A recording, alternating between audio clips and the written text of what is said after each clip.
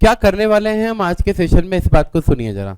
हम रिवाइज करने वाले हैं accounting standard 1, accounting standard 2, accounting standard 6, accounting standard 7, accounting standard 9 and accounting standard 10। ये सारे के सारे स्टैंडर्ड हम रिवाइज करने वाले हैं। मैंने कुछ चार्ट्स बनाए हुए हैं जो अभी यहाँ शॉर्ट में दिख रहे हैं और आपके पास थोड़ी देर में पहुंच जाएंगे। उन चार्ट्स में ऑलरेडी मैंने जितने इंपॉर्टेंट पॉइंट बनते हैं एक रेस्पेक्टिव अकाउंटिंग स्टैंडर्ड के, वो सारे कवर करने का प्रयास किया है। माइट बी पॉसिबल कि कुछ छूट गया हो, but even I have tried my level best to cover the maximum point that an accounting standard cover. इसके अलावा जो पॉइंट ड्राफ्ट किए गए हैं वो भी इसी प्रकार से ड्राफ्ट किए गए हैं जैसे एग्जाम्स में क्वेश्चंस आते हैं। पहले हम पूरा इसके बारे में पढ़ लेते हैं, फिर एंड में I will let you know कि एग्जाम में हमें आंसर्स कैसे राइट करने हैं अकाउंटिंग स्टैंडर्ड्स के। उससे पहले हम सबसे पहले स्टार्ट करना चाहेंगे एक accounting standard, that is accounting standard 2। सबसे पहले हम एक स्टैंडर्ड लेंगे, that is accounting standard 2। Correct है? तो अकाउंटिंग स्टैंडर्ड 2 पे हम आते हैं। देखिए सुनिए, इन्वेंट्री क्या होता है ये तो आप सब जानते हैं। इन्वेंट्री क्या होता है बेसिकली, सुनते जाना फटाफट से और ध्यान देना मुझ पे, वहां पे देख सकते हैं आप बाद में, पहले मुझे सुनना है। 5 प्रकार की इन्वेंट्रीज आइडेंटिफाई करते हैं हम। कौन कौन सी जानते हैं आप? रॉ मटेरियल, सबसे पहला क्या बोलो? Raw material. रॉ मटेरियल के बाद डब्ल्यूआईपी, डब्ल्यूआईपी के बाद फिनिश गुड, फिर spare part and waste good. Correct है क्या? तो सबसे पहले हमने ऊपर इन्वेंट्री की डेफिनेशन दी गई है कि इन्वेंट्री में क्या क्या इंक्लूड करता है। तो इन्वेंट्री में बेसिकली ये 5 चीजें आती है जिनके बारे में अभी हमने बात की। 5 items are basically covered under the category of inventory. अब इन्वेंट्री में सबसे पहले हम स्टार्ट करेंगे रॉ मटेरियल के बारे में। किसके बारे में बोलिए? रॉ मटेरियल के बारे में। अगर आप देखेंगे तो रॉ मटेरियल के बारे में वहां पे आपको 2 बॉक्सेस दिखेंगे, एक दिखेगा कॉस्ट का और एक दिखेगा वैल्यूएशन का। कॉस्ट और वैल्यूएशन का मीनिंग यहां पर क्या है? कॉस्ट का मीनिंग यहां पर है कि रॉ मटेरियल को एक पर्टिकुलर कंपनी के फाइनेंशियल स्टेटमेंट में किस वैल्यू पर रिकॉर्ड किया जाएगा। मतलब जब मैं रॉ मटेरियल परचेज करूंगा तो रॉ मटेरियल परचेज करने की कॉस्ट से संबंधित अदरवाइज मुझे कई सारे प्रकार के एक्सपेंडिचर करने होते हैं, तो क्या उन खर्चों को रॉ मटेरियल की कॉस्ट में शामिल किया जाएगा या फिर उन खर्चों को रॉ मटेरियल की कॉस्ट में शामिल नहीं किया जाएगा, इस बारे में हम यहां पे बात करेंगे। देखिए, raw material cost include all cost incurred for bringing raw material in present location and condition. Raw material की कॉस्ट में वो सभी प्रकार के खर्चे आएंगे जो रॉ मटेरियल को उसकी प्रेजेंट लोकेशन एंड कंडीशन में लाने के लिए किए जाएंगे। फॉर एग्जांपल, अगर मान लीजिए मैंने एक प्रेमाइसेस से रॉ मटेरियल परचेज किया तो रॉ मटेरियल परचेज करने के लिए जो पैसा मुझे पे करना पड़ा यानी कि परचेज कॉस्ट रॉ मटेरियल का पार्ट कहलाएगी। फिर रॉ मटेरियल को लोड करने का जो पैसा लगेगा, लोडिंग चार्जेस, वो भी रॉ मटेरियल की कॉस्ट का पार्ट कहलाएगी। रॉ मटेरियल को उनके फैक्ट्री प्रेमाइसेस से मेरे फैक्ट्री प्रेमाइसेस तक लाने के लिए जो मुझे ट्रांसपोर्टेशन चार्जेस पे करने पड़ेंगे वो भी रॉ मटेरियल की कॉस्ट का पार्ट कहलाएगी। फिर उसके बाद जो मैं ड्यूटीज और टैक्सेस पे करूंगा जो कि रिफंडेबल नहीं है, वो सब रॉ मटेरियल की कॉस्ट का पार्ट कहलाएगी। अगर मैं इन शॉर्ट कहूं तो वो सारे खर्चे जो एक कंपनी रॉ मटेरियल को सामने वाले की फैक्ट्री से लेके, इट मीन सप्लाई की फैक्ट्री से लेके अपनी फैक्ट्री तक लाने के लिए कंपनी जो जो खर्चे रॉ मटेरियल के लिए करेगी वो सभी खर्चे रॉ मटेरियल की कॉस्ट में शामिल किए जाएंगे। करेक्ट है क्या? जरा सर स्क्रॉल डाउन करिए।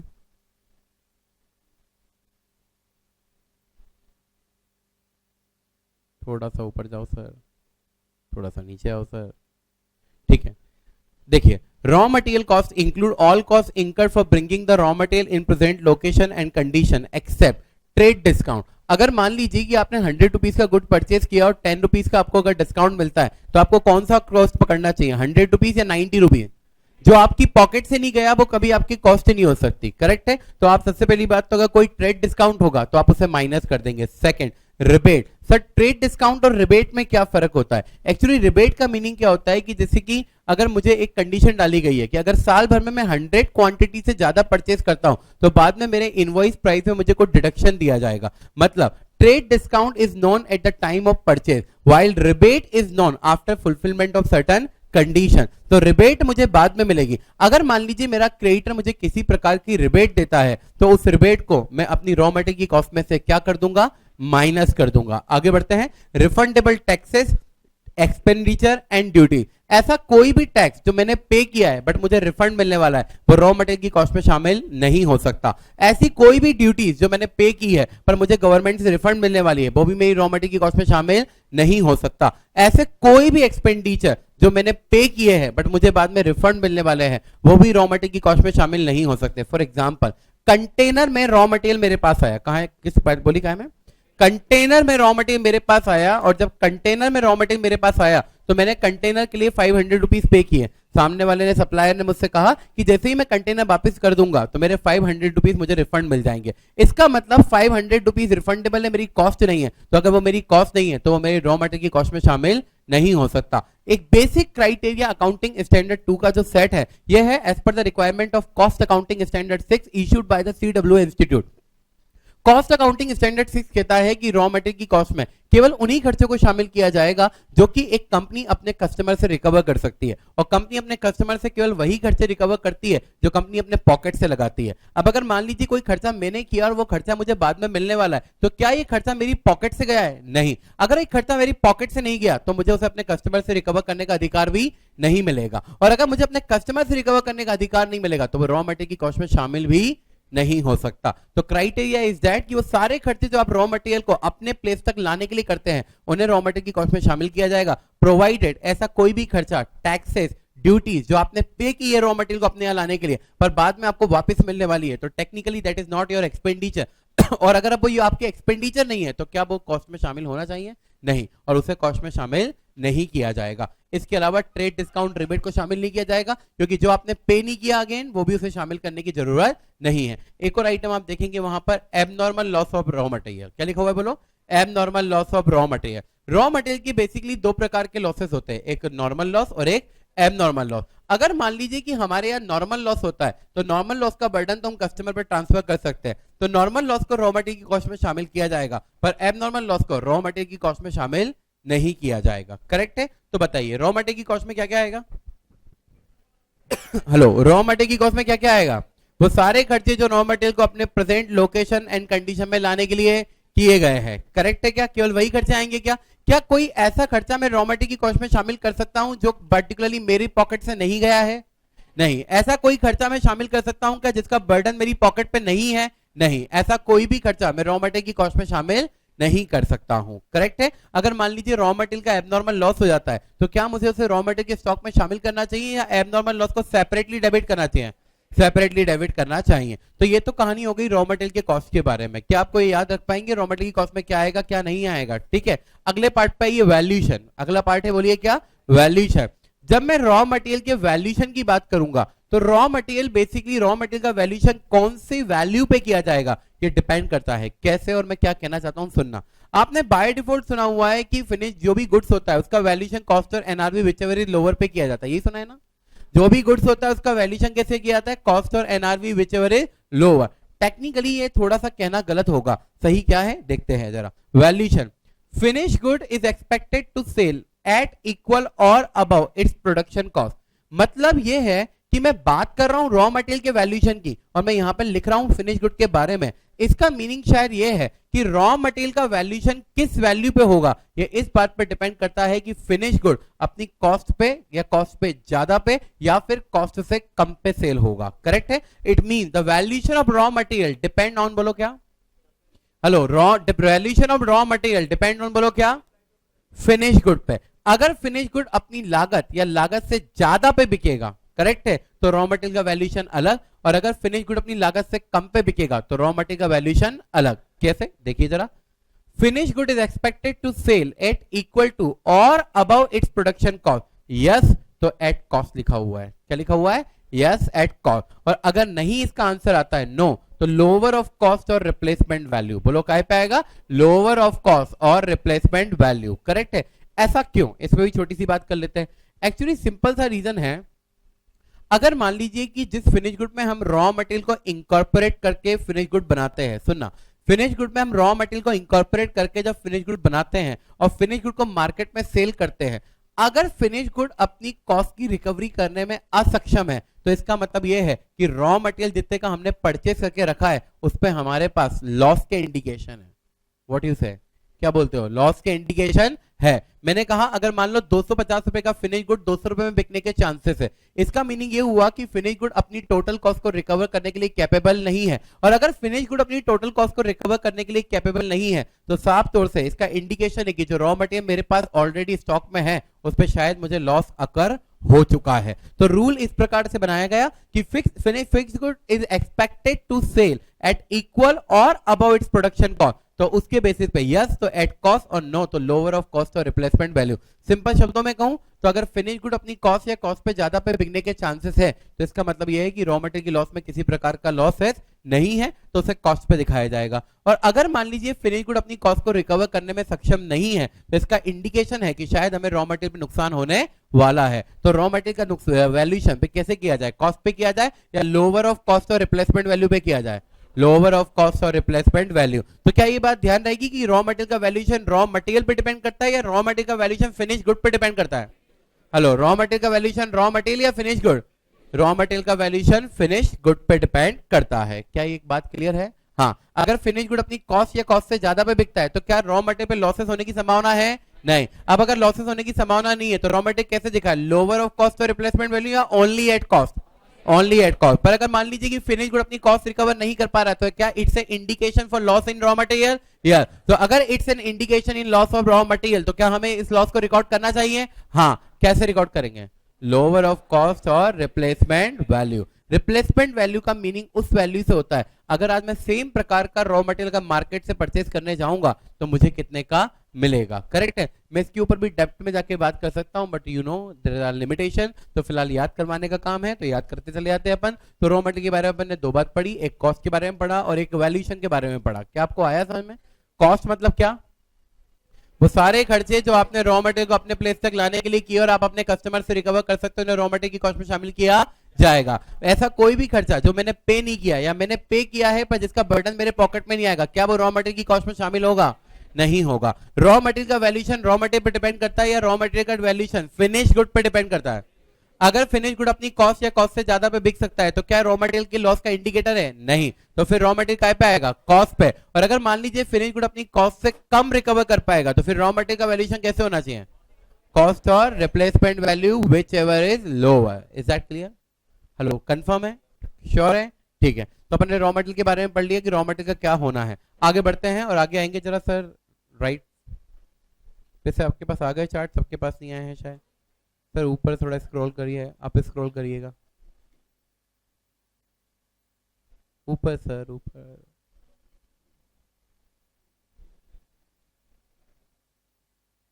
बस बस बस।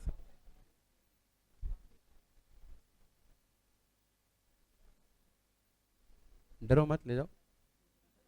बिल्कुल नहीं डरना है सर। अरे कॉन्फिडेंस से जाओ। बस बस, कंट्रोल।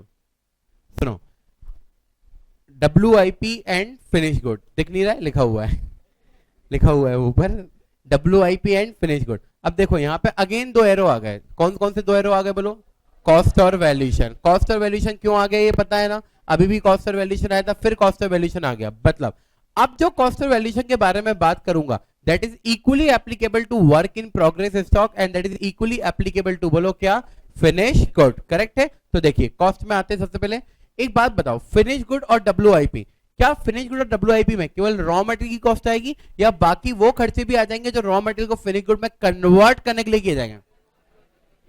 करने के लिए किए जाएंगे। ठीक है ना? अब सुनते जाना जरा। आप देखिए कॉस्ट, सबसे पहले आप देखेंगे डायरेक्ट मटेरियल ले लेंगे, डायरेक्ट वेजेस ले लेंगे, डायरेक्ट एक्सपेंसेस ले लेंगे, वेरिएबल ओवरहेड भी ले लेंगे। फिर उसके बाद आप देखेंगे फिक्स ओवरहेड। तो फिक्स ओवरहेड में आप अगर देखेंगे तो एक नीरो जो एरो है वो आप देखेंगे तो डाउन साइड जा रहा है। मैं उस पर बात करूंगा, फिलहाल समझना।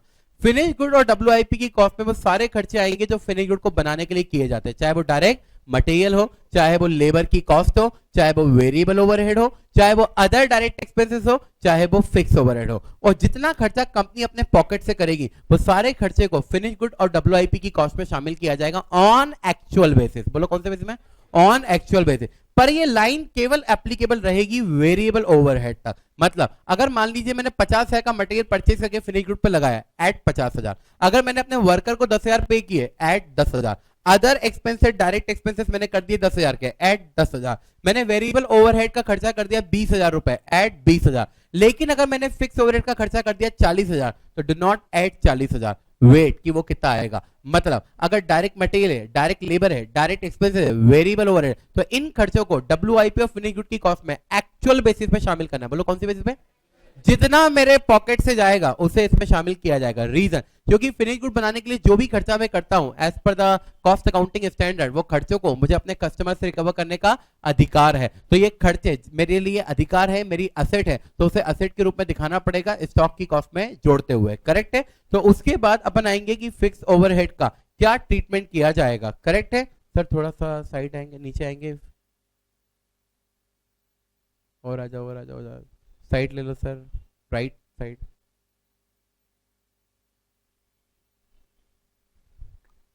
हाँ, आ गए। ये फिक्स ओवरहेड का ही एरो आया हुआ है। देखिए 3 पॉसिबिलिटीज आपके पास हो सकती है। फिक्स ओवरहेड के बारे में कितनी पॉसिबिलिटी हो सकती है बोलो? 3। ये तो आप बात जानते हैं कि फिक्स ओवरहेड का प्रोडक्शन के साथ कोई डायरेक्ट लिंक होता है या फिक्स ओवरहेड का प्रोडक्शन के साथ कोई डायरेक्ट लिंक नहीं होता। मतलब क्या फिक्स ओवरहेड प्रोडक्शन के साथ वेरी करते हैं या फिर फिक्स ओवरहेड प्रोडक्शन के साथ वेरी नहीं करते हैं? प्रोडक्शन के साथ वेरी नहीं करते। 3 सिचुएशन हो सकती है। हम सबको शायद पता है, हमने एक चैप्टर कॉस्टिंग में पढ़ा हुआ है जिसका नाम है ओवरहेड। ओवरहेड चैप्टर में हम पढ़ते हैं कि जितने भी हमारे इनडायरेक्ट एक्सपेंसेस होते हैं उन्हें हमें कस्टमर पे चार्ज करना पड़ता है यूजिंग द रिकवरी रेट। कैसे कैसे कहते हैं? Using the recovery rate. क्योंकि ओवरऑल जब भी हम कोई फिक्स एक्सपेंडिचर अपने पॉकेट से इंकर्ड करते हैं तो fix expenditure is always incurred not for a unit but for a capacity. बोलो किसके लिए इंकर्ड होता है? जितने भी फिक्स ओवरहेड इंकर्ड होते हैं वो यूनिट के लिए इंकर्ड होते हैं या फॉर कैपेसिटी के लिए? कैपेसिटी के लिए। करेक्ट है। तो हम क्या करते हैं, सिंपल सा एक काम, जो भी हमारा खर्चा हो रहा है हम उसे टोटल अपनी नॉर्मल कैपेसिटी से डिवाइड कर देते हैं और जो भी हमारा रिकवरी रेट आता है उसको हम अपने प्रोडक्शन से मल्टीप्लाई करके कस्टमर से रिकवर कर लेते हैं। से अगर मान लीजिए कि मेरा फिक्स ओवरहेड 1 लाख है और मेरी नॉर्मल कैपेसिटी अगर 10,000 है तो मैं 1 लाख को अगर 10,000 से डिवाइड करूंगा तो मेरी 1 यूनिट की रिकवरी रेट कितनी रुपए आ जाएगी? 10 रुपए।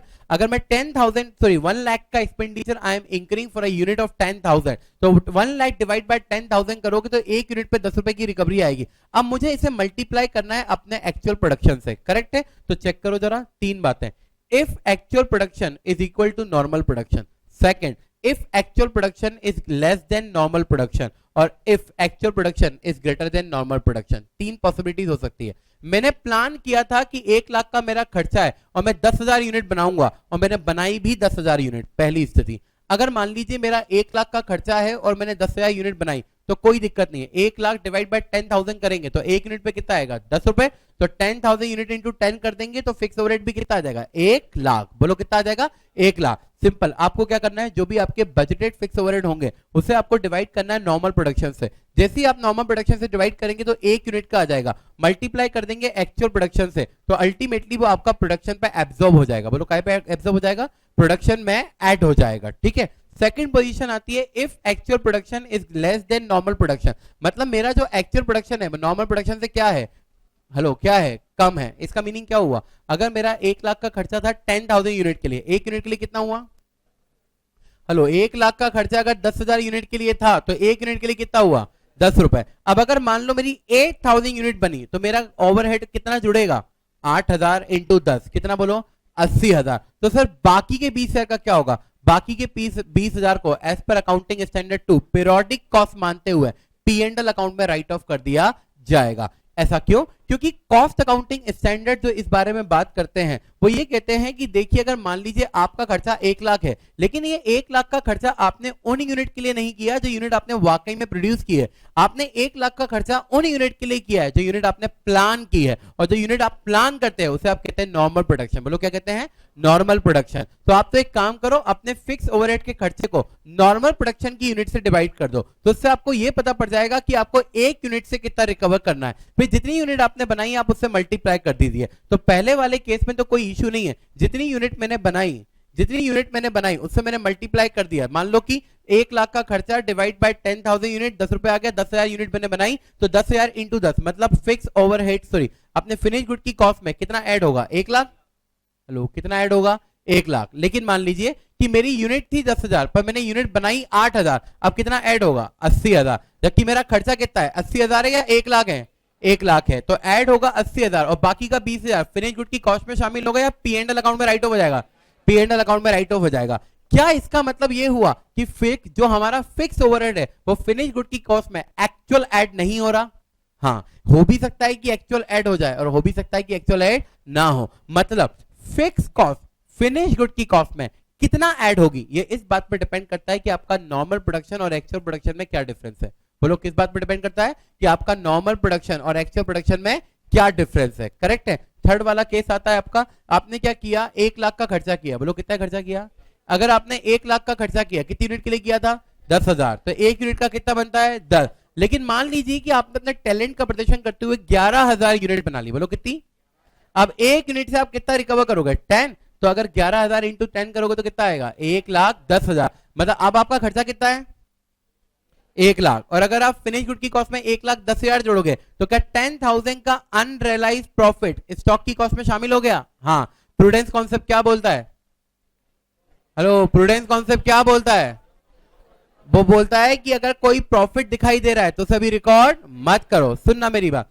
मैंने पहले वाला केस मैंने खर्चा किया 1 लाख बराबर है, और मैं कस्टमर से रिकवर भी कितना कर रहा हूं, 1 लाख, चल जाएगा, चल जाएगा। मैंने खर्चा किया 1 लाख पर मैं रिकवर कर पा रहा हूं 80,000, तो क्या 80,000 ऐड करूंगा, चल जाएगा, हाँ। और 20,000 कहां जाएगा, पी एंड। लेकिन अगर मैंने खर्चा किया 1 लाख और अगर मैंने कॉस्ट में सॉरी स्टॉक की वैल्यूएशन में 1,10,000 ऐड कर दिया, तो क्या ऑलरेडी मेरा स्टॉक अबव कॉस्ट दिखाई देगा, हाँ या ना। तो this will result into recognition of unrealised profit. तो दैट्स व्हाई अकाउंटिंग स्टैंडर्ड 2 से कि अगर मान लीजिए आपका एक्चुअल प्रोडक्शन और नॉर्मल प्रोडक्शन बराबर है तो कोई दिक्कत नहीं है, चल जाएगा। अब आपका जितना खर्चा है उतना ऐड कर दो। अगर आपका एक्चुअल प्रोडक्शन नॉर्मल प्रोडक्शन से कम है तो जितना एक्चुअल प्रोडक्शन पे आप रिकवर कर सकते हो उतना रिकवर करो और बाकी का अमाउंट कहां जाने दो, पी एंड एल अकाउंट में। तीसरा कहता है अगर आपका एक्चुअल प्रोडक्शन नॉर्मल प्रोडक्शन से ज्यादा है और अगर आपने जो फर्स्ट वाले और सेकंड वाले केस में फॉलो किया है सेम चीज अगर आपने यहां भी फॉलो करी तो बेसिकली कॉस्ट में ऐड हो जाएगा प्रॉफिट का एलिमेंट। बोलो क्या ऐड हो जाएगा,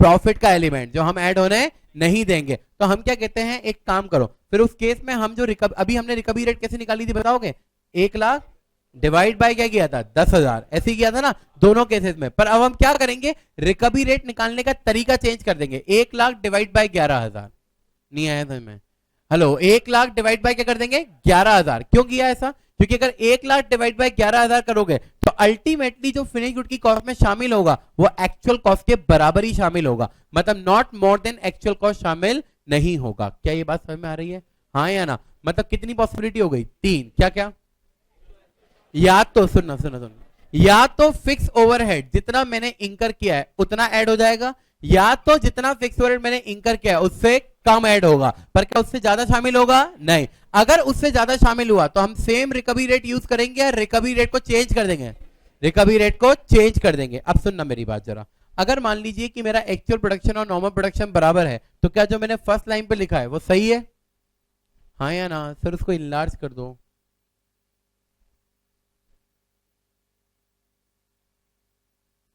बड़ा करना है सर।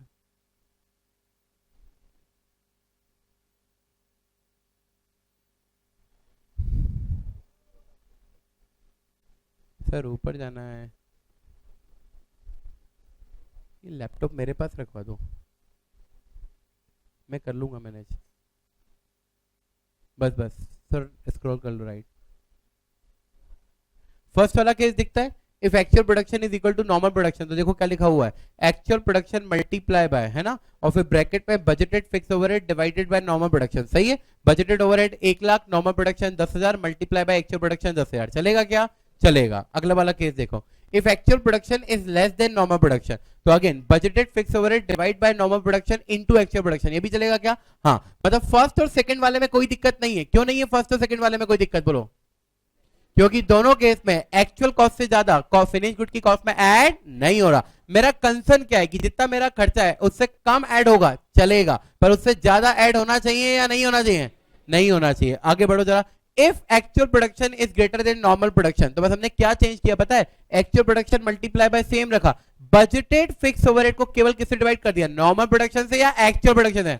क्योंकि अब अगर मैंने यहाँ नॉर्मल प्रोडक्शन से डिवाइड किया तो फिनिश गुड की कॉस्ट में एक्चुअल कॉस्ट ऐड होगी या एक्चुअल कॉस्ट से ज्यादा ऐड हो जाएगा, एक्चुअल कॉस्ट से ज्यादा ऐड हो जाएगा। क्या ये बात आ गई समझ में, हेलो, क्या ये बात आ गई समझ में, पक्का कंफर्म, ठीक है। तो सुनो मेरी बात, गुड की कॉस्ट में क्या क्या शामिल होगा, बोलो कितने, अच्छा सारे खर्चे एक्चुअल बेसिस पे आएंगे केवल एक को छोड़ के, कौन है वो एक, हेलो कौन है वो, फिक्स ओवरहेड। क्या डायरेक्ट मटेरियल एक्चुअल बेसिस पे आएगा, हाँ। क्या डायरेक्ट लेबर एक्चुअल बेसिस पे आएगा, हाँ। क्या डायरेक्ट एक्सपेंस एक्चुअल बेसिस पे आएगा, हाँ। क्या वेरिएबल ओवरहेड एक्चुअल बेसिस पे आएंगे? हाँ, पर फिक्स ओवरहेड एक्चुअल बेसिस पे आएंगे या देखना पड़ेगा? कितने कितने सेक्शन बनाए मैंने? 3। कौन कौन से? जहां actual production is equal to normal production. अच्छा, निकालना कैसे? पहले रिकवरी रेट निकालना है क्या? अच्छा, एक बात बताओ जब भी आप फिनिश गुड की कॉस्ट में ऐड करोगे तो तरीका एक ही रहेगा, actual production multiply by recovery rate. Hello, तरीका क्या रहेगा बोलो? एक्चुअल प्रोडक्शन मल्टीप्लाई बाय बोलो क्या? Recovery rate. पर रिकवरी रेट कैसे, और रिकवरी रेट कैसे निकलेगी? Budgeted divide by normal, budgeted divide by normal, budgeted divide by actual. ये एक्चुअल क्यों आया समझ में आ गया? अगर नॉर्मल से डिवाइड किया तो क्या होगा? क्या होगा? फिनिश गुड की कॉस्ट में कॉस्ट, फिनिश गुड की कॉस्ट में कॉस्ट एड होगी या मोर देन कॉस्ट एड हो जाएगा? Is it again the principle of prudence? Yes. बड़ा इंपॉर्टेंट था वो रॉ मटेरियल का वैल्यूएशन और ये फिक्स ओवरहेड वाला पॉइंट। अक्सर अकाउंटिंग स्टैंडर्ड 2 से जब इंस्टीट्यूट क्वेश्चन टारगेट करती है तो इन दोनों पॉइंट में से ही एक होता है यूजुअली। कौन सा वाला पॉइंट था? रॉ मटेरियल का। याद है रॉ मटेरियल का वैल्यूएशन क्या होता है? किस पे डिपेंड करता है? रॉ मटेरियल का वैल्यूएशन रॉ मटेरियल पे डिपेंड करता है या फिनिश गुड पे डिपेंड करता है? फिनिश गुड पे डिपेंड करता है। क्या सवाल पूछोगे आप फिनिश गुड से? आप फिनिश गुड से सवाल पूछोगे, आप फिनिश गुड से सवाल पूछोगे, सुन भाई क्या तू अपनी कॉस्ट रिकवर कर पाएगा? तो वो आपको क्या जवाब देगा? हाँ या ना। अगर मान लो आपने उससे पूछा क्या भाई तू अपनी कॉस्ट रिकवर कर पाएगा? उसने कहा हाँ। अगर मान लो फिनिश गुड अपनी कॉस्ट रिकवर कर पाएगा तो इट्स ए इंडिकेटर की रॉ मटेरियल की वैल्यू में कोई लॉस नहीं है। तो क्योंकि जो पैसा मैंने लगाया है मैं अगर रिकवर कर पाऊंगा तो कोई लॉस नहीं है। Are you getting my point? Yes, correct है। तो मैं रॉ मटेरियल को कैसे दिखाऊंगा? कॉस्ट पे। करेक्ट है क्या? हाँ। मान लो सर आपने 100 रुपए का रॉ मटेरियल परचेज किया, अब मार्केट में वो रॉ मटेरियल 80 रुपए का हो गया, तो सर आपको तो 20 रुपए का लॉस हो गया। अरे मेरे को कैसे लॉस हो गया? अगर मेरा फिनिश गुड अभी भी मुझे 100 रुपए रिकवर करके दे रहा है तो मेरे को लॉस कैसे हो गया? Are you getting my point? मुझे चिंता तब नहीं करनी है जब रॉ मटेरियल की वैल्यू गिरे, मुझे चिंता कब करनी है? हाँ, जब फिनिश गुड अपनी कॉस्ट रिकवर ना कर पाए। फिर आपने सवाल पूछा फिनिश गुड से क्या तू अपनी कॉस्ट रिकवर कर पाएगा? उसने कहा बिल्कुल। बिल्कुल का मतलब क्या है? लॉस नहीं होगा तो कॉस्ट पे आएगा। पर फिनिश गुड ने कहा यार मेरे को नहीं लग रहा है, मुझे लग रहा है मेरी मार्केट में वर्थ गिर गई है। ऐसा कौन बोल रहा है? मैं नहीं बोल रहा, फिनिश गुड बोल रहा है। फिनिश गुड को लग रहा है कि उसकी मार्केट में वर्थ गिर गई है, वो अपनी कॉस्ट रिकवर नहीं कर पाएगा। फिनिश गुड अपनी कॉस्ट रिकवर नहीं कर पाएगा तो क्या ये इंडिकेटर है कि रॉ मटेरियल की लॉस कॉस्ट रिकवर नहीं हो पाएगी? हाँ। अब अगर रॉ मटेरियल की कॉस्ट रिकवर नहीं हो पाएगी तो क्या करे? लॉस को रिकॉर्ड कर ले। हाँ। कैसे लॉस रिकॉर्ड होगा? रॉ मटेरियल को कॉस्ट पे दिखा के लोअर ऑफ कॉस्ट और replacement value, lower of cost और रिप्लेसमेंट वैल्यू। फिनिश गुड की कॉस्ट में सभी खर्चे एक्चुअल बेसिस पे आएंगे, केवल फिक्स ओवरहेड को छोड़ दिया जाएगा। करेक्ट है क्या? Yes yes yes yes yes, done. पक्का आया है समझ? चलो सर थोड़ा सा ऊपर जाओगे। ऊपर कैसे जाएंगे? बहुत बढ़िया, आराम से, बहुत बढ़िया, बस कंट्रोल। डज नॉट इंक्लूड, थोड़ा और चलेगा, अच्छा लगेगा। बस बस बस बस बस, बस ज्यादा नहीं। ठीक है, अभी तक डन है सब कुछ? बराबर है। चलो अब does not include. Does not include मतलब क्या? अभी ये था कि क्या क्या फिनिश गुड की कॉस्ट में आएगा, अब हम ये बता रहे हैं कि क्या क्या WIP और फिनिश गुड की कॉस्ट में नहीं आएगा। बराबर है। अभी हमने आपको बताया what a chartered accountant can do, अब हम आपको बता रहे हैं कि what a chartered accountant can not do. नहीं आया समझ में? आप CA बन जाए तो आप घर घर में पर्ची मत बंटवा देना, वी आर द ऑडिटर, 100 रुपए में ऑडिट करवा लो। ये प्रोफेशनल एथिक्स के खिलाफ है। हाँ, मतलब ऐसा नहीं कि आपने लिखा और कि मैं टैक्स ऑडिट कर दूं 50 रुपए 50 रुपए 50 रुपए, टैक्स ऑडिट 50 रुपए 50 रुपए, वेट ऑडिट 25 रुपए 25 रुपए ऐसे ऐसे करके आप ब्रेफलेट ना बंटवाए तो आपको इंस्टीट्यूट बताएगी CA फाइनल में, है ना, होपफुली जल्दी आओगे वहां पे इंस्टीट्यूट आपको बताएगी कि क्या क्या एक चार्टर्ड अकाउंटेंट नहीं कर सकता। बराबर है। और फिर जो जो नहीं कर सकता उसके अलावा वो सब कर सकता है। तो अभी अपन ने देखा कि कॉस्ट में क्या क्या आएगा, अब अपन देखेंगे कॉस्ट में क्या क्या नहीं आएगा। स्वाभाविक सी बात है फिनिश गुड की कॉस्ट में, WIP की कॉस्ट में वो सारे खर्चे नहीं आएंगे जिनका प्रोडक्शन से कोई लेना देना नहीं है। व्हाट आई सेड, बोलना जरा।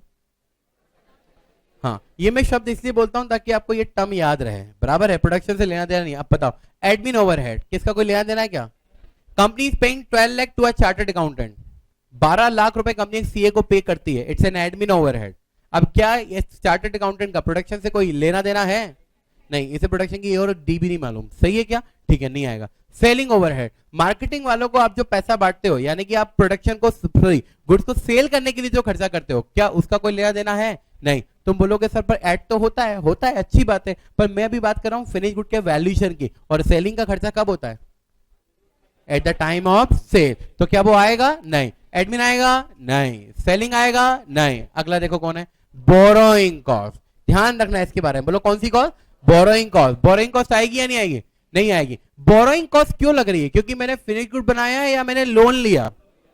समझना मेरी बात को ध्यान से। बोरोइंग कॉस्ट क्यों लग रही है? क्योंकि मैंने फिनिश गुड बनाया या मैंने लोन लिया? लोन लिया, इसलिए। बोरोइंग कॉस्ट क्या होता है ये तो जानते हो ना, या मैं भावनाओं में बह गया? आ रहा है समझ में? बोरोइंग कॉस्ट में क्या आता है पता है तुमको? चलो to be make it very simple, interest. बोलो क्या? इंटरेस्ट। बाकी छोड़ दो, चलो अभी बहुत आईबीसीसी में इंटरेस्ट आता तुम लोगों को, बहुत बढ़िया। अब मैं ये बोल रहा हूँ कि फिनिश गुड की कॉस्ट में इंटरेस्ट शामिल होगा या इंटरेस्ट शामिल नहीं होगा? नहीं होगा। क्यों नहीं होगा? क्योंकि इंटरेस्ट का लेना देना गुड्स के मैन्युफैक्चरिंग से या लोन से? लोन से। चाहे गुड्स बनाने के लिए पैसा मेरी जेब से आए या तुम्हारी जेब से आए, goods will not mind it. नहीं समझे? गुड्स को इससे कोई फर्क नहीं पड़ेगा। यानी कि जो इंटरेस्ट कंपोनेंट है that is not being incurred because you are producing the good. Interest component is being incurred because you have taken the loan. It's basically a management decision to borrow fund. Might be possible कि कंपनी के मालिकों के पास पैसा नहीं है, मालिक का पैसा नहीं है, नहीं रेज कर सकते या anything else whatever, but borrowing cost has nothing to do with the production, therefore borrowing cost is not included in the inventory valuation, है ना। लेकिन मेरे को एक शब्द बहुत पसंद है, मैं कहना चाहूंगा हाउएवर। हाउएवर क्या है? हाउएवर टर्म ये बोलता है हमसे कि देखो कई बार बोरोइंग कॉस्ट को इन्वेंट्री की कॉस्ट में शामिल किया जा सकता है, बट केवल तब किया जा सकता है जब इन्वेंट्री आपके लिए क्वालिफाइंग एसेट है। बोलो क्या है? क्वालिफाइंग एसेट है। सुनना मेरी बात, बाय डिफॉल्ट क्या बोरोइंग कॉस्ट इन्वेंट्री की कॉस्ट में कभी भी शामिल होगा? कॉन्फिडेंस से बोलो, क्या कभी भी बोरोइंग कॉस्ट इन्वेंट्री की कॉस्ट में शामिल होगा? नहीं होगा। केवल और केवल कब होगा? जब इन्वेंट्री कौन है? Qualifying asset. सर एक क्वालिफाइंग एसेट क्या है? बाद में सीखना, अभी रटने की हो रही है केवल, समझ गए ना? बोलो बोरोइंग कॉस्ट केवल कब ऐड होगा इन्वेंट्री की कॉस्ट में? बोलो बोलो बोलो, कब ऐड होगा?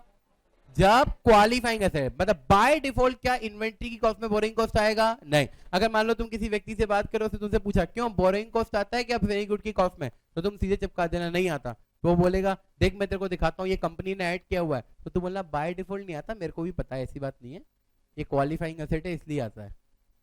समझ गया ना मेरी बात? तो बाय डिफॉल्ट तुम्हें क्या आंसर लिखना है? Borrowing cost would be included, not included? Included और नॉट इंक्लूडेड? Not included. आगे बढ़ो। एबनॉर्मल लॉस कभी भी आएगा क्या? नहीं, क्योंकि एबनॉर्मल लॉस कस्टमर से रिकवर होता है या कंपनी बियर करती है? कंपनी बियर करती है। और अगर आपने फिनिश गुड की कॉस्ट में ऐड कर दिया, इसका मतलब कौन बियर करेगा? कस्टमर। अगला बढ़ो।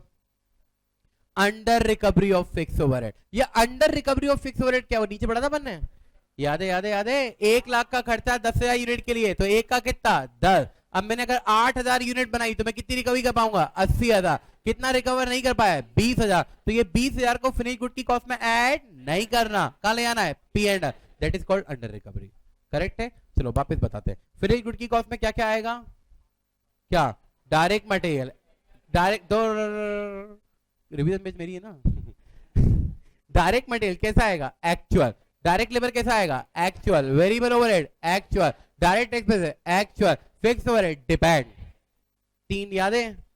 कैसे आता है? Actual production multiply by recovery rate. Correct है? बोलो कैसे आता है? कैसे आता है? Actual production multiply by recovery rate. और रिकवरी रेट कैसे आता है? बोलो budgeted fixed overhead divide by normal production. पर मैंने ऐसा सुना था बचपन में कि कभी कभी फिक्स ओवरहेड को एक्चुअल प्रोडक्शन से भी डिवाइड करते। तुमने सुना था क्या? कब सुना था? हाँ अभी थोड़ी देर पहले सुना था। बहुत जल्दी बड़े हो गए तुम। चलो खैर ठीक है। तो क्या आएगा क्या नहीं आएगा ये समझ में आ गया? अच्छा मैंने ये भी सुना कि सेलिंग ओवरहेड आता है, एडमिन आता है, बोरोइंग तो आता ही है। भूल गए? क्वालिफाइंग एसेट आता है नहीं आता है? आता है। एबनॉर्मल लॉस आता है कि नहीं आता? अंडर रिकवरी आती है कि नहीं आती? पक्का नहीं आती। मैंने ऐसा सुना है कि रॉ मटेरियल का वैल्यूएशन कॉस्ट तो एनआरवी विचोरी लोअर पे होता है। क्या बोलते हो? सही है ना? गलत है क्या? रॉ मटेरियल का वैल्यूएशन किस पे डिपेंड करता है? फिनिश गुड पे डिपेंड करता है। एक सीधी सी बात है, तुम कौन हो पता है? नहीं, वैसे अब तुम WIP हो। मान लो तुम रॉ मटेरियल हो, फॉर एग्जांपल तुम कौन हो? Raw material. You have 12 pass student and CPT student, सही है? You are the raw material for the CA। अभी तुम्हारी कितनी वैल्यू, ये तो इस पर डिपेंड करता है ना कि फिनिश गुड की वैल्यू कितनी है। अरे गेटिंग माय पॉइंट? हाँ या ना? तुम्हारी वैल्यू कितनी है? अभी मार्केट में चार्टर्ड अकाउंटेंट की जबरदस्त डिमांड है, तो तुम भी कॉलर खड़ी करके घूमोगे। ऑल तो हमारी दिल्ली दूर है अभी, बट फिर भी हम क्या कर रहे हैं, सीए कर रहे हैं, करेक्ट है। और मार्केट में चार्टर्ड अकाउंटेंट की वैल्यू अगर डाउन है, कोई नहीं पूछता उसको, तो तुम्हारी वैल्यू भी अकॉर्डिंगली डिसाइड होगी ना। तो वैसे ही है रॉ मटेरियल, अगर फिनिश गुड अपनी कॉस्ट रिकवर कर लेगा मतलब रॉ मटेरियल में नुकसान नहीं है, कॉस्ट पे आएगा, नहीं कर पाएगा मतलब रॉ मटेरियल में नुकसान है, मतलब लोअर ऑफ कॉस्ट और replacement value. Do you agree with this? Yes, चलो आगे बढ़ते हैं। अभी अब तक अपन ने क्या पढ़ा, फिनिश गुड की कॉस्ट के बारे में पढ़ा क्या, अब क्या पढ़ेंगे बोलो, हेलो, अब क्या पढ़ेंगे, वैल्यूएशन। सर थोड़ा सा ऊपर जाएंगे सर, बहुत बढ़िया, आराम से, ठीक है, थोड़ा सा और चले आओ, ज्यादा मत जाना sir, thank you sir, thank you thank you. पढ़ो वैल्यूएशन, पढ़े, सुनो क्या लिखा हुआ है वहां लिखा हुआ है each category of finish good is valued separately at lower of cost और NRV, separately at lower of cost of NRV. कुछ इंपॉर्टेंट बात है, पहली बात तो मैंने कहा ईच कैटेगरी, इसका मतलब ये नहीं है कि मान लो मेरे पास 10 प्रकार के फिनिश गुड है, तो मैंने 10 फिनिश गुड की कॉस्ट को ऐड कर लिया, 10 की फिनिश गुड की एनआरबी को ऐड कर लिया और देख लिया लोअर ऑफ कॉस्ट और एनआरबी, चलेगा नहीं चलेगा, हेलो चलेगा या नहीं चलेगा, नहीं चलेगा, जो आया है वो बैठ जाएगा। कृपया करके पर्सनल रिस्पॉन्सिबिलिटी ना ले जगहों तक छोड़ने की, आप मेरी तरफ ध्यान दे सकते हैं, सुनना मेरी बात, आप फिनिश गुड की सारे फिनिश गुड की कॉस्ट को ऐड कर देंगे, थोड़ी देर कॉम्प्रोमाइज कर लो, हम रूम शिफ्ट करने वाले हैं, जब तक सुन लो वहीं खड़े खड़े सुनो क्या हम सारे फिनिश गुड की कॉस्ट और एनआरबी को ऐड करेंगे या हर फिनिश गुड को सेपरेटली देखा जाएगा, सेपरेटली देखा जाएगा। पता है क्यों देखा जाएगा सेपरेटली, नहीं पता, लोड नहीं लेना, बाद में सीख लेंगे डिटेल में, फिलहाल इतना ध्यान रखो। मान लो हमारे पास 10 प्रकार के फिनिश गुड है, सबकी कॉस्ट और एनआरबी को चेक करना है, कॉस्ट और एनआरबी विच लोअर, या 10 बार लिखना पड़ेगा, ए की कॉस्ट और उसकी एनआरबी, बी की कॉस्ट और उसकी एनआरबी, सी उसकी कॉस्ट और उसकी एनआरबी, या सबको ऐड करना है, नहीं अलग अलग करना है। अगर तुम सबको ऐड करके यानी कि यूनाइट करके कर लोगे तो अल्टीमेटली प्रूडेंस कॉन्सेप्ट का कॉन्ट्रावेंशन हो जाएगा। कैसे, ये पिक्चर बाद में देखना, पर फिलहाल समझो कॉस्ट और एनआरबी। अब सवाल है कॉस्ट कहां से आएगा और सवाल ये कि एनआरबी कहां से आएगा, क्या सवाल पूछा मैंने, और एनआरबी कहां से आएगा। अच्छा, फिनिश गुड का वैल्यूएशन रॉ मटेरियल डब्ल्यूआईपी पे डिपेंड करेगा या फिनिश गुड का वैल्यूएशन तो कॉस्ट और एनआरबी विचोरी लोअर पे ही होगा। अच्छा, ये विचोरी लोअर पे क्या होता है, प्रूडेंस कॉन्सेप्ट। अगर मैंने आज की डेट तक फिनिश गुड पे 100 रुपए लगा दिया, मुझे लग रहा है 80 रुपए मिलने वाले, तो कैसे लिखने का, 100 पे लिखने का या 80 पे लिखने का, 80 पे लिखने का। अच्छा, फिनिश गुड का वैल्यूएशन बड़ा इंपॉर्टेंट है, पता है क्यों, क्योंकि आपको शायद पता होना चाहिए कि finish good is included in the current asset, current asset divide by current liability indicate की 1 रुपए की करंट लायबिलिटी को पे करने के लिए कितने रुपए की करंट एसेट अवेलेबल है। अब अगर मान लो तुम्हारा फिनिश गुड 100 रुपए की लागत से मिलकर बना है, लेकिन आज मार्केट में वो तुम्हें केवल 80 रुपए लाके दे सकता है, और अगर आप करंट एसेट में 100 इंक्लूड कर रहे हो तो क्या ये आपके लिक्विडिटी रेशियो को बुरा कर देगा या आपके लिक्विडिटी रेशियो को बेटर दिखाएगा, ये दिखाएगा कि 100 रुपए आने वाले, जबकि 100 रुपए आने वाले या 80 रुपए आने वाले हैं। तो एज टू सेज कि finish good is valued at lower of cost और NRV, at lower of cost और एनआरवी, करेक्ट है, बोलो काय पे वैल्यू होता है, लोअर ऑफ कॉस्ट और क्या, एनआरवी, करेक्ट है। कॉस्ट तो तुम जानती हो कैसे आता है, बचपन में सीपीटी में पढ़ा होगा, फीफो लीफो डीफो, सॉरी, कॉस्ट देखो जरा क्या लिखा हुआ है, is known by any of the following method, मतलब कॉस्ट को निकालने के तरीके क्या हो सकते हैं, फीफो, वेटेड एवरेज और सिम। सर ये सिम क्या होती है, क्या ये जियो वाली सिम है सर, ये मुझे नहीं पता, लेकिन ये सिम का मतलब होता है स्पेसिफिक आइडेंटिफिकेशन मेथड, बोलो क्या होता है, स्पेसिफिक आइडेंटिफिकेशन मेथड। फिलहाल अपने को लोड नहीं लेने का है, मेरे को बताओ फिनिश गुड की कॉस्ट जानने के कितने तरीके हैं, 5, कौन कौन से, फीफो, लीफो अलाउड नहीं है, ध्यान रखना, लीफो अलाउड नहीं है, फीफो अलाउड है, वेटेड एवरेज अलाउड है, सिम अलाउड है, स्टैंडर्ड कॉस्ट अलाउड है, बराबर है। सर कॉस्ट में तो समझ आता नहीं है, यहां पे भी आएगा क्या, बिल्कुल आएगा, सही है, स्टैंडर्ड कॉस्ट। और बोलो कौन सा वाला है, रिटेल प्राइस मेथड, कौन सी मेथड, पर रिटेल प्राइस मेथड केवल रिटेलर के लिए अलाउड है, किसके लिए बोलो, रिटेलर कौन होता है बताने की जरूरत तो नहीं है ना, very good, general knowledge question है ना, पढ़ो आगे। Is known by any of the following method, FIFO, weighted average, same, standard cost, retail sale price method for retailer math. अच्छा सर ये रिटेल सेल प्राइस मेथड में हम क्या करेंगे, रिटेल सेल प्राइस मेथड में बेसिकली क्या होगा, जो रिटेलर होते हैं वो एक मैक्सिमम सेल प्राइस के आधार पर माल बेचते हैं, तो उन लोगों की केस में हम क्या करते हैं, नॉर्मल जीपी रेशियो कैलकुलेट कर लेते हैं, बोलो क्या कैलकुलेट कर लेते हैं, नॉर्मल जीपी रेशियो कैलकुलेट कर लेते हैं, और उनके यहाँ जो भी इन्वेंट्री पड़ी रहती है उसमें से वो जीपी माइनस कर देते हैं, तो ऑटोमेटिकली रिवर्स कॉस्ट आ जाती है, बोलो क्या आती है, कॉस्ट। फॉर एग्जांपल मैं 400 रुपए में एक गुड्स बेचता हूं जिसमें मेरा 20% जीपी होता है, क्या बोला मैंने, 400 रुपए में मैं एक गुड्स बेचता हूं जिसका मेरा जीपी कितना होता है 20%, तो 400 का 20% कितना हुआ 80, मतलब 400 में 80 अगर मेरा प्रॉफिट शामिल है तो मेरी कॉस्ट कितनी होगी 320, ये हो गई आपकी रिटेल प्राइस मेथड। पर उसके बाद एक पॉइंट और नीचे लिखा हुआ है, मेथड डी मतलब स्टैंडर्ड कॉस्ट, मेथड ई मतलब retail price, method D and E is allowed if it result cost approximate to actual cost. मतलब आपकी रिटेल सेल प्राइस मेथड और स्टैंडर्ड कॉस्ट मेथड का तभी यूज किया जा सकता है जब इनके थ्रू आने वाली कॉस्ट एक्चुअल कॉस्ट के बराबर तो ना पर उसके आसपास हो। करेक्ट है क्या? क्योंकि आप जानते हैं standard cost is a pre determined cost. बोलो कौन सी कॉस्ट है? Pre determined cost. मतलब हमने इस तरीके से इसको फॉलो कर लिया। करेक्ट है? तो बोलो कितनी मेथड है? 5। कौन कौन सी? फीफो, वेटेड एवरेज, और बोलो सिम, और बोलो स्टैंडर्ड कॉस्ट, और बोलो रिटेल प्राइस मेथड। अच्छा, स्टैंडर्ड कॉस्ट और रिटेल प्राइस मेथड कभी भी यूज कर सकते हैं या केवल तभी यूज कर सकते हैं when it approximate to actual cost? Hello बोलो बोलो बोलो, इट अप्रोक्सीमेट टू बोलो क्या? Actual cost. अगर ये एक्चुअल कॉस्ट के अप्रोक्सीमेट होता है तो ही इसे यूज किया जा सकता है, अदरवाइज इसे यूज किया जा सकता है या इसे यूज नहीं किया जा सकता? यूज नहीं किया जा सकता। क्या आती है बात समझ में? बराबर है। और retail sale price method manufacturer use कर सकते हैं क्या? नहीं। कौन यूज कर सकते हैं? हेलो, कौन यूज कर सकते हैं? केवल और केवल रिटेलर यूज कर सकते हैं। Is that clear? तो फिनिश गुड WIP का कॉस्ट और वैल्यूएशन भी अपना हो गया, रॉ मटेरियल का कॉस्ट और वैल्यूएशन भी अपना हो गया। सर थोड़ा सा और जाएंगे उधर।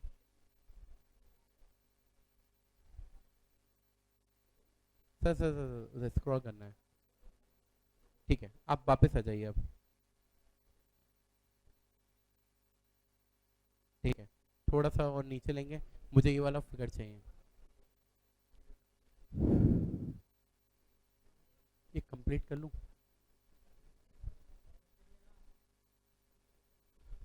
हेलो, बड़े आगे।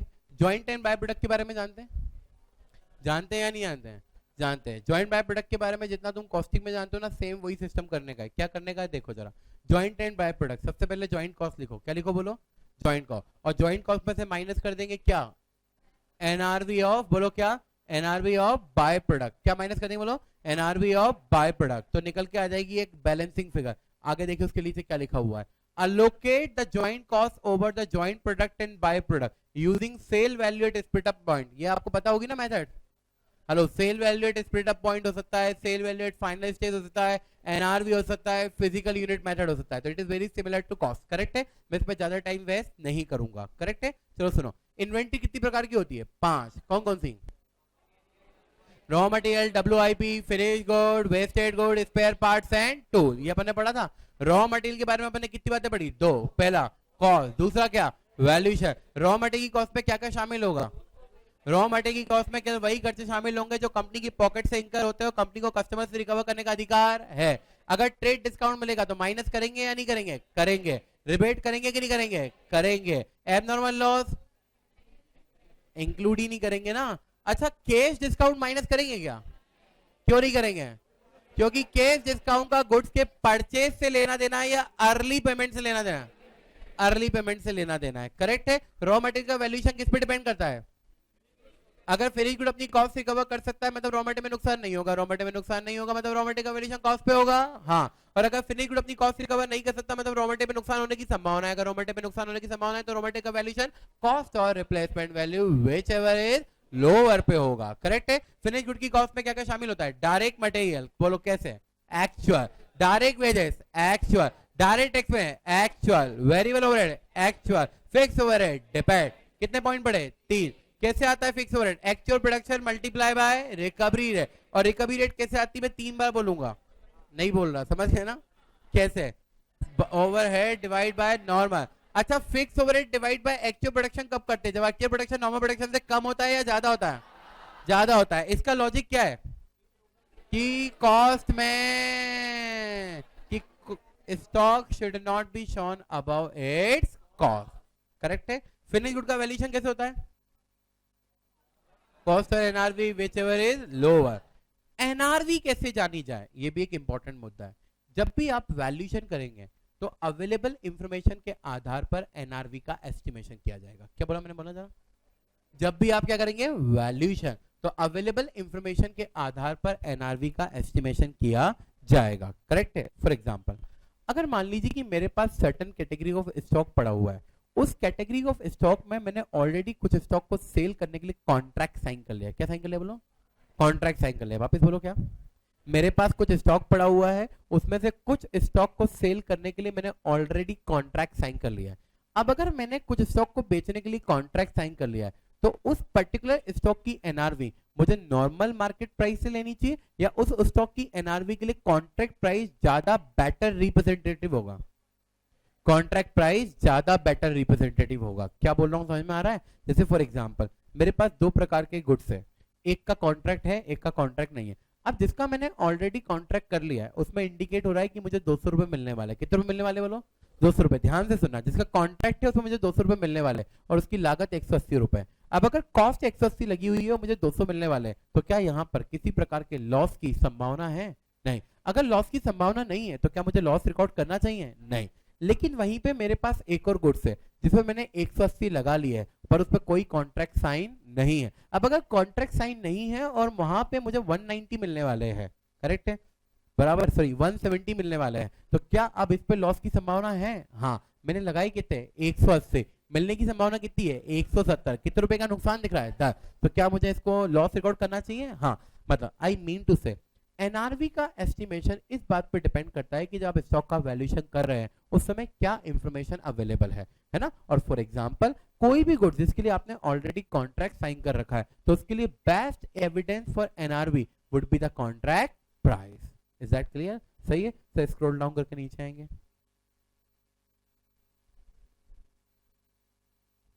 बस सर, बस बस बस कंट्रोल।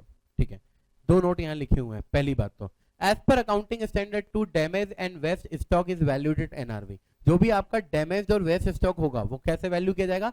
एनआरवी पे वैल्यू किया जाएगा। रीजन, क्योंकि जो डैमेज स्टॉक है डेफिनेटली वो कॉस्ट से ऊपर तो जा ही नहीं सकता। करेक्ट है। सेकंड, एज पर अकाउंटिंग स्टैंडर्ड 2 आपको ध्यान होगा मैंने बात की raw material WIP finish good के बारे में और स्पेयर पार्ट्स एंड टूल और डैमेज गुड। तो डैमेज गुड का छोटा सा डिस्कशन मैंने अभी किया, raw material finish good WIP के ऊपर अपन काफी देर से डिस्कस कर रहे हैं। अब केवल एक ही बचता है machine spare parts and tool. इसके ऊपर एक सिंपल सा गाइडेंस है। अगर मान लीजिए आपके पास छोटे छोटे से टूल्स एंड पार्ट्स हैं, अगर वो टूल्स एंड पार्ट केवल पर्टिकुलरली किसी फिक्स्ड एसेट के साथ ही यूज हो सकते हैं तो आप उसे फिक्स्ड एसेट का हिस्सा मानेंगे और अकाउंटिंग स्टैंडर्ड 10 में कैपिटलाइज करेंगे। लेकिन मान लीजिए आपके पास कुछ ऐसे टूल्स एंड पार्ट है जिनका इस्तेमाल किसी भी एसेट में किया जा सकता है तो फिर उन्हें इन्वेंट्री का पार्ट मानते हुए अकाउंटिंग स्टैंडर्ड 2 में कवर किया जाएगा। मतलब spare parts and tool AS 2 में आएंगे या एएस 10 में आएंगे, ये इस बात पर डिपेंड करता है कि क्या वो पर्टिकुलर एसेट के साथ यूज होंगे या पर्टिकुलर एसेट के साथ use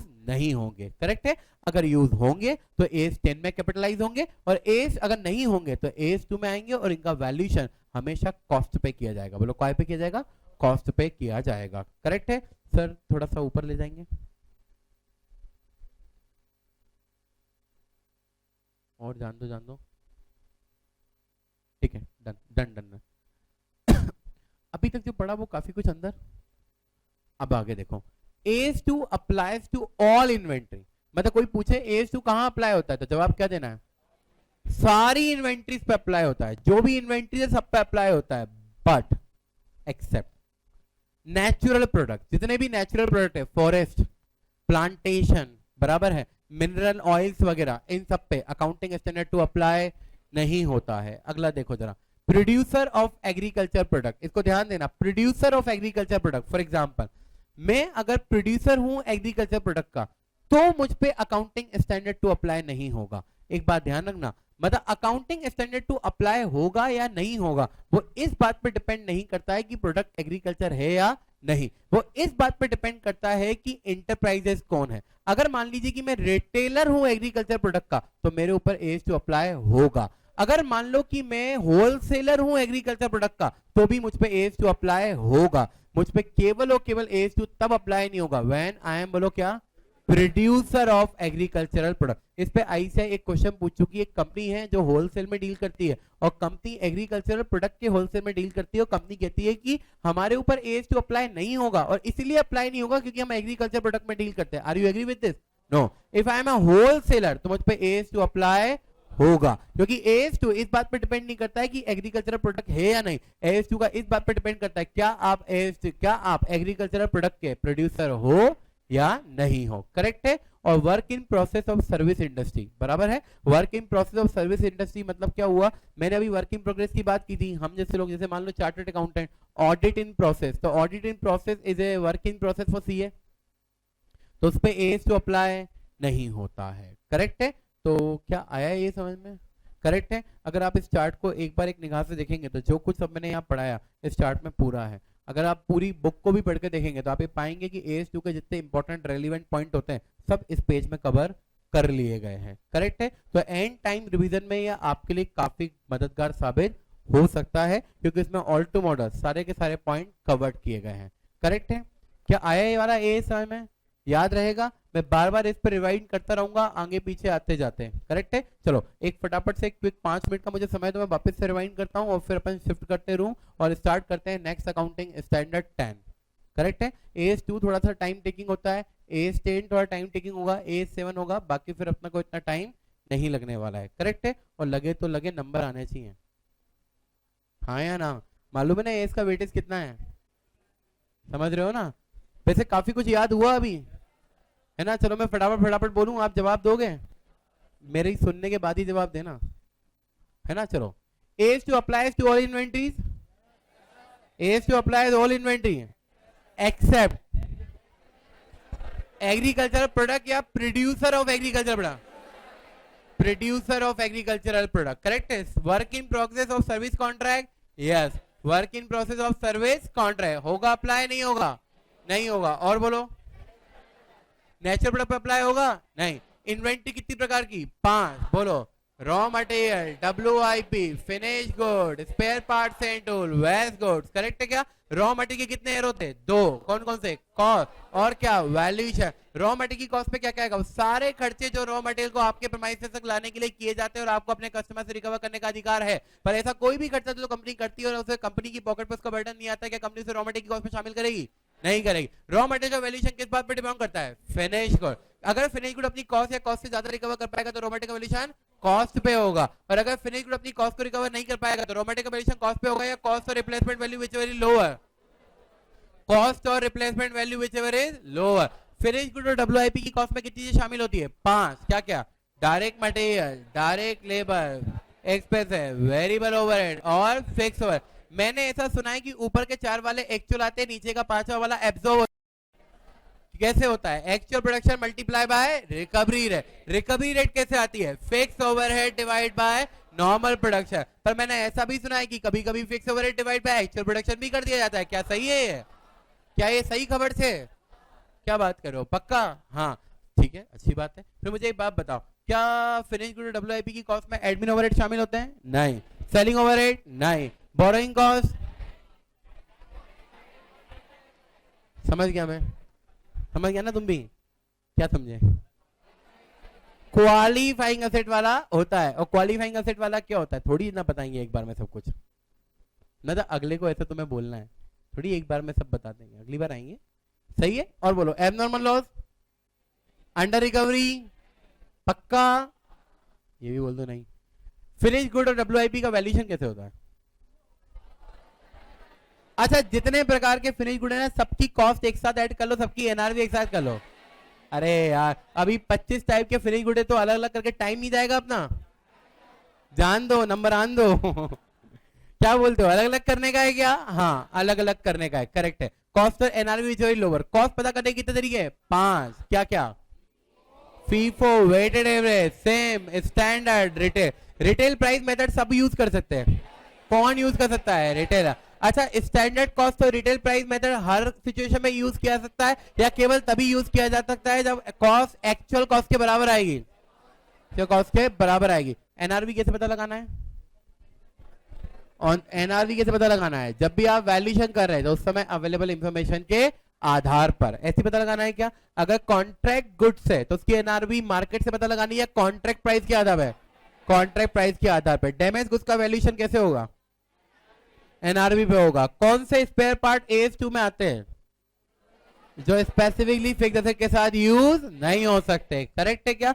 joint and by product के कॉस्ट में जॉइंट कॉस्ट में से NRV और बाय प्रोडक्ट माइनस कर देंगे, जो आएगा उसको सुटेबल मेथड का यूज करते हुए जॉइंट और बाय प्रोडक्ट के बीच में बांटा जा सकता है। सहमत हो गया? Thanks a lot.